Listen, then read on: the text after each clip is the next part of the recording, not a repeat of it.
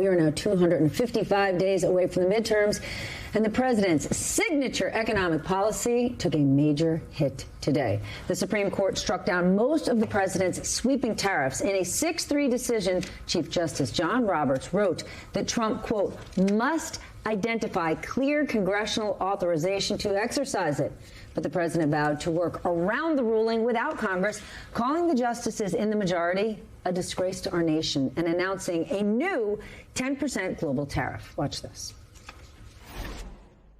The Supreme Court's ruling on tariffs is deeply disappointing, and I'm ashamed of certain members of the court. The Democrats on the court are thrilled, but they will automatically vote no. They're an automatic no, just like in Congress. They're an automatic no. They're against anything that makes America strong, healthy, and great again. They also are a, frankly, disgrace to our nation, those justices. It's my opinion that the court has been swayed by foreign interests and a political movement that is far smaller than people would ever think. But other alternatives will now be used to replace the ones that the court incorrectly rejected. But I am allowed to cut off any and all trade or business with that same country. In other words, I can destroy the trade. I can destroy the country. I'm even allowed to impose a foreign country destroying embargo. I can embargo. I can do anything I want, but I can't charge $1. I have the right to do tariffs, and I've always had the right to do tariffs, and it's all been approved by Congress. Congress has not, in fact, approved Trump's tariffs. We have so much to cover. Let's bring in our nightcap. Jim Acosta on his first visit to the nightcap, former chief White House correspondent, now host of the Jim Acosta Show on Substack, YouTube, and Apple Podcasts. Reed Galen is back. He worked on a number of GOP campaigns. Now he is the president of JoinTheUnion.us and host of the Homefront podcast. Ron Insana is back, veteran financial journalist and publisher of The Message of the Markets on Substack. And Catherine Christian, former assistant district attorney at the Manhattan District Attorney's Office. She is now an MS Now legal analyst. Ron, we turn to you first for your reaction. Not surprising. We certainly thought that the Supreme Court would turn down these tariffs as being illegal and not congressionally approved. What was surprising, I think, was the attack on the Supreme Court as being affected by foreign interests. That is a bridge too far, I think, for many to understand or tolerate. But the economic impact, if he did not immediately add the 10% tariffs onto what are now tariffs that are presumably going away, I think the markets and others would have responded differently. But this is a really tough one, Steph. There's so many moving parts to this. I don't understand the market response today with stocks being up against the backdrop where he's now openly at war with the Supreme Court and implementing further tariffs. And using justifications like he can do anything he wants, which is clearly not the case.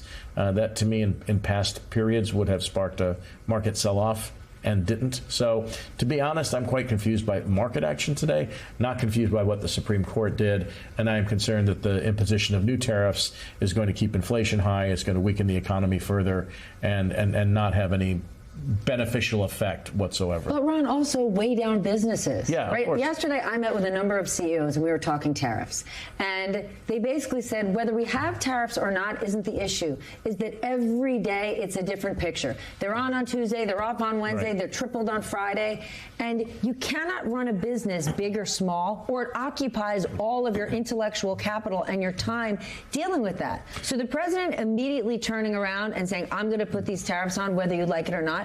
Does that not paralyze our businesses? Yeah, I think so. And I think, look, I've kind of taken a different tack from a phrase we use way too often, in my business, which is markets hate uncertainty.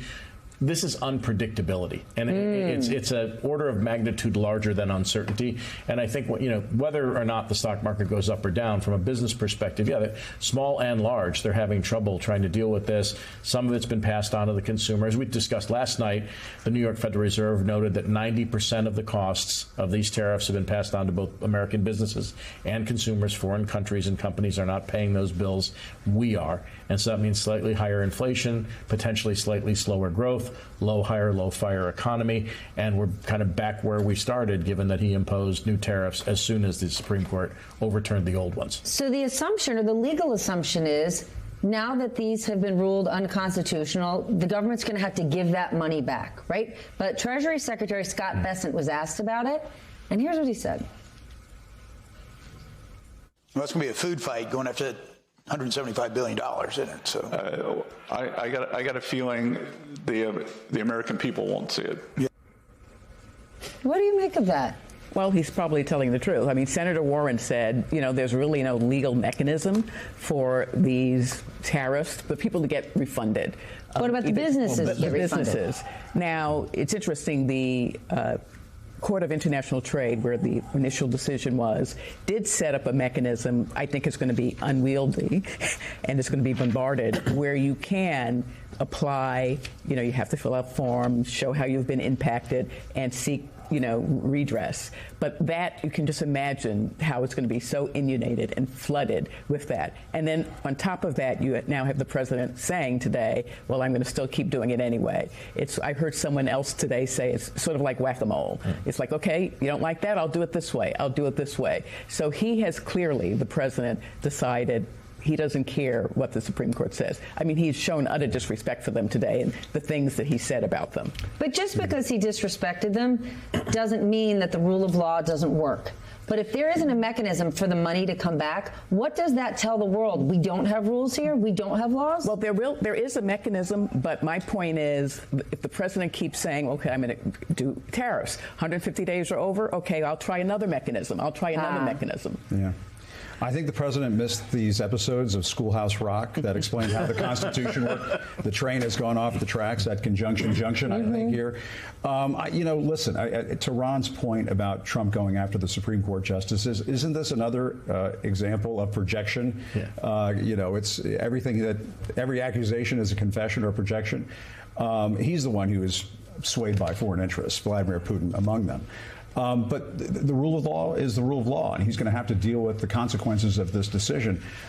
My sense of it, Stephanie, is that he is going to continue to be unhinged about this, and he's going to try to challenge, the courts having any kind of sway over him. And we're just, to me, it's shaping up to be an even more, unhinged State of the Union speech on Tuesday night. We're either going to find the aliens, bomb Iran, or bomb the aliens. It's one of those three. Or bomb the aliens in Iran. It might be one of those, exactly. How big of a political loss is this? Because it doesn't matter what the president says. People now understand that it costs Americans more to buy and build with tariffs. These are Trump taxes. That's what they've always been.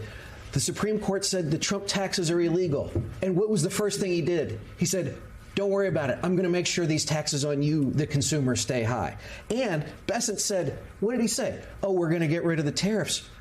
The American people aren't going to see any of that money, right? They are just writing the ads themselves. They should be up right now. They should, when this goes to commercial, being whom? The Democratic Party should be running ads as we go to break tonight about this, that this is nothing more than your taxes having been high, because here's the other part. He cut taxes for very wealthy people and filled the gap with tariffs, which is a tax on you. That's what he did. And this is absolutely a political goldmine if the Democrats know how to use it. But, don't you think, and this is going to be a foreign concept to Donald Trump, but, the American people, particularly the farmers in the Midwest, are owed a big apology here. They've been put through the ringer again with this tariff policy. It happened in the first administration. It's happening again.